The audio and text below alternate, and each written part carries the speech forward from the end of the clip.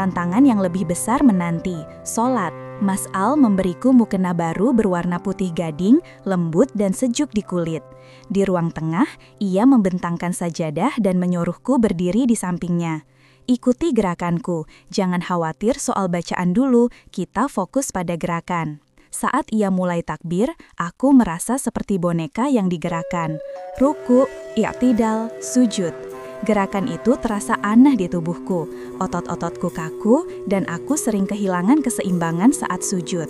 Saat sujud, dahi, hidung, kedua telapak tangan, lutut, dan ujung kaki harus menyentuh lantai.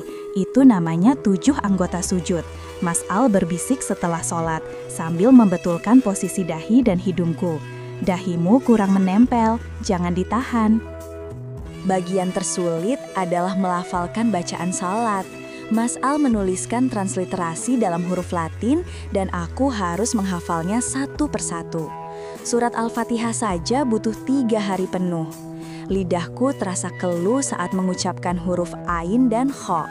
Aku sering salah intonasi, hingga satu sore aku menangis karena frustrasi. Aku bodoh mas, kenapa ini susah sekali? Air mataku membasahi lembar catatan transliterasi. Mas Al memelukku dari belakang, mencium puncak kepalaku yang tertutup kerudung instan. Sheila, dengar, kamu baru beberapa hari jadi muslimah. Nabi Muhammad saja butuh waktu 23 tahun untuk mengajarkan Islam seutuhnya. Kamu sudah berusaha keras. Setiap kesalahan dalam membaca itu dihitung pahala ganda karena kamu sedang berjuang. Allah melihat prosesnya. Lakukan perlahan, jangan terbebani. Perjalanan dengan Al-Quran. Setelah beberapa minggu lancar sholat dengan menoleh ke catatan, Mas Al membawaku ke babak berikutnya, membaca Al-Quran. Ia membelikanku Al-Quran khusus dengan terjemahan dan tajwid berwarna. Kita mulai dengan Iqra dulu ya, kita harus kenalan dulu dengan huruf-huruf Arab. Setiap malam setelah Isya adalah jadwal ngaji kami. Kami duduk berhadapan. Mas Al dengan sabar menunjuk satu persatu huruf hijaiyah. Ini alif Sheila, ini ba. Coba ulangi. Alif, ba. Ketika kami sampai pada huruf yang memiliki kemiripan seperti H dan Kho, aku sering kebingungan. Suara Kho itu dari tenggorokan, seperti kamu membersihkan tenggorokan. H lebih ringan, ia mencontohkan, dan aku menirunya, menghasilkan suara Kho yang terlalu kuat, membuat kami berdua tertawa terpingkal-pingkal.